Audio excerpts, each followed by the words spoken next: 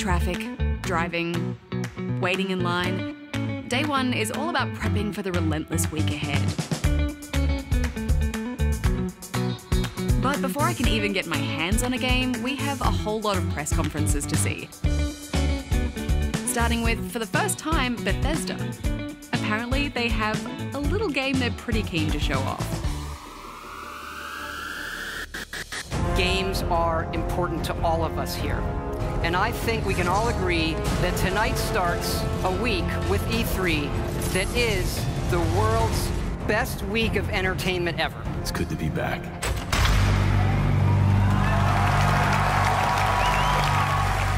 What if every player, regardless of platform or past experience, had the ability to build and instantly share their own creations?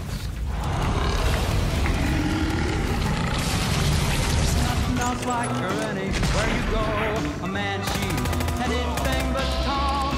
Regular pint size atom bomb. Well, that was really exciting. Bethesda's first ever showcase, and there was a lot of love in the room from Bethesda fans, which makes sense because they make big games that people spend a lot of time in.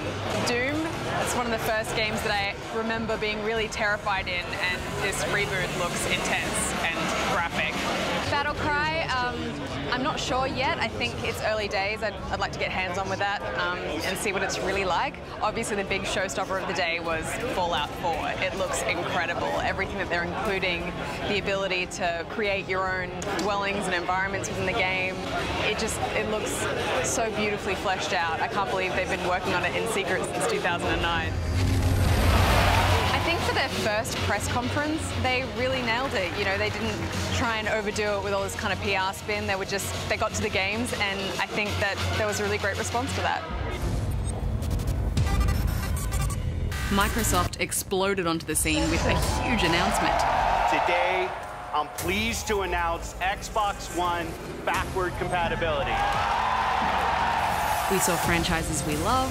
This is Halo 5 Guardians. This is what we've been racing for. Okay, you're a big fella.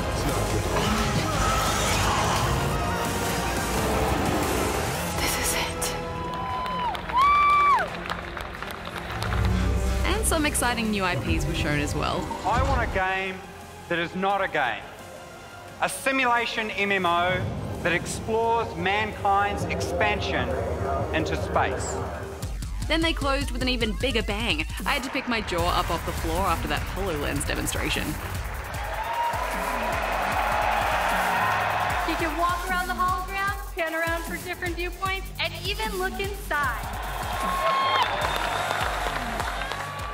Okay, well, we've just come out of the Xbox showcase, which was pretty impressive, I think. I think we're finally hitting our stride with this generation of console games, which is great.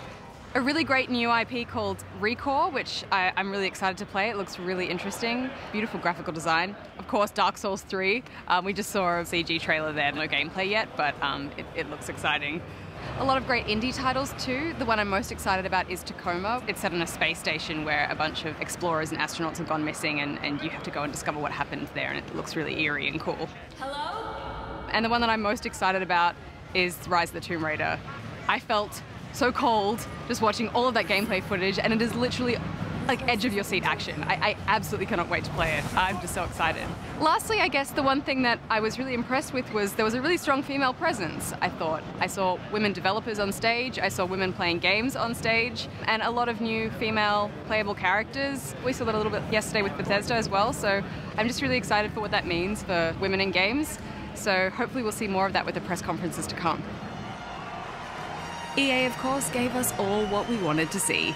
Yes, it involves lightsabers and speeder bikes. By far the best place to truly lose yourself and interact with Star Wars is video games. Have you ever wanted to fly an X-Wing? Soaring above the skies, skimming the rims of canyons on Tatooine, while you dogfight against a squad of TIE fighters? Or have you fantasized about being one of the most iconic heroes or villains in the Star Wars universe?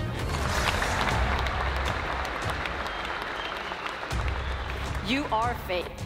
She is graceful, elegant, and as efficient as she is powerful.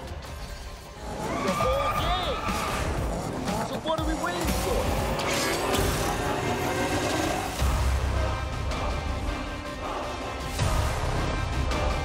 lot of time was spent on their sports franchises. It's gone! Odell Beckham Jr. It was you all along. Ladies and gentlemen, the greatest football player. And a few other announcements that fell a little flat. The best takeaway from EA, I thought, was this presentation Swedish developer Martin Salin gave for his game Unravel. I'm just so happy to finally be here and get to show you all this game that we made. Sometimes things might get more complex, so when you look back at that tangled and winding weave of yarn left behind you, you have to stop and wonder how you ever got there. Ubisoft brought us some new IPs of their own. Would you turn and run? Would you stand and fight? As well as, of course, some crowd pleasers. Our two assassins, the twins Jacob and Evie Fry, will fight to take London out of the hands of the greedy and the corrupt. So it's all about character and it's all about story. No matter how or where our enemies strike, no matter what defense they cower behind, Team Rainbow must stand ready. Kudritz, go! Like any superhero adventure, like we get into your backstory, why your butthole is so amazing, basically. Yeah. We get deep into that.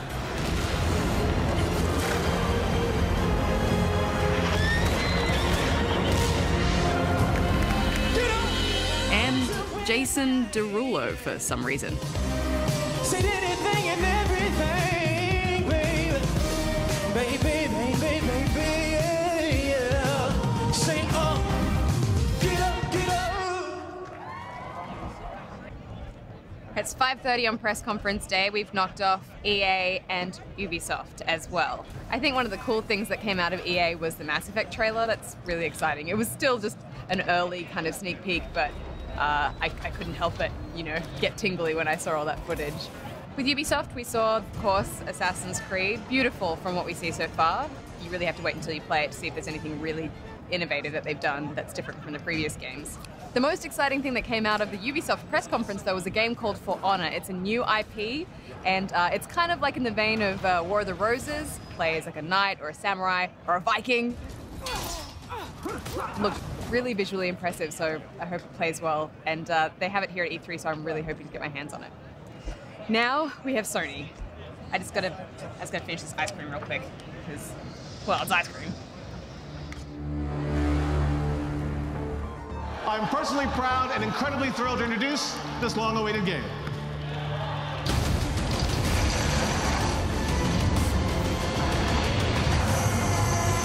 Game studios get a rare opportunity to conquer the challenge of exploring exotic, new horizons. You call up their dreams and then remix, collage, and link them together. You stand on their shoulders.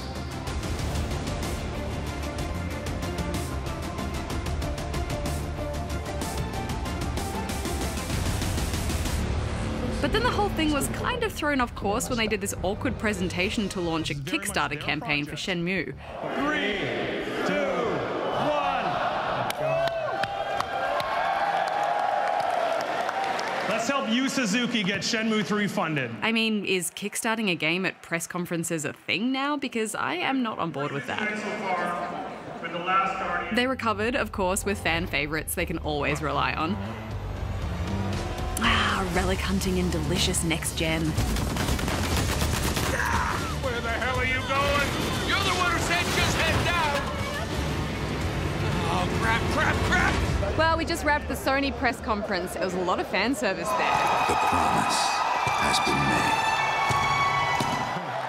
But I also feel like Sony just took a few more risks, There was that beautiful game from Media Molecule. I have no idea what it's about, but I'm really intrigued by it and I want to play it. And that's a good thing. There was a beautiful new IP as well they debuted called Horizon, which gorgeous art style, really interesting concept, just exciting new games for us to play. Uncharted 4 looks really intense. The gunplay was really ferocious, but I just love how fluid all of his movements are. It just looks great on next gen, so I really can't wait to play that. I'm a big Uncharted fan. The other interesting thing to mention is that COD seems to have made the jump from Microsoft to Sony. It's not exclusive to Sony, but PlayStation users will get first access to maps and the beta, so that was kind of huge. Other than that, though, I thought it was really great. I can't wait to play The Last Guardian and Uncharted and Horizon. Oh, man. When are we going to get to play these games?